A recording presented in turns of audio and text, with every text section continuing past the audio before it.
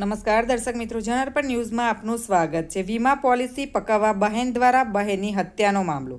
પોલીસે કર્યું ઘટનાનું રિકન્સ્ટ્રક્શન। આરોપી રમીઝ રાજા શેખને સાથે રાખી કર્યું હતું રિકન્સ્ટ્રક્શન। 10 ડિસેમ્બરના રોજ અંકુડિયા ગામની સીમમાંથી મળ્યો હતો મૃતદેહ।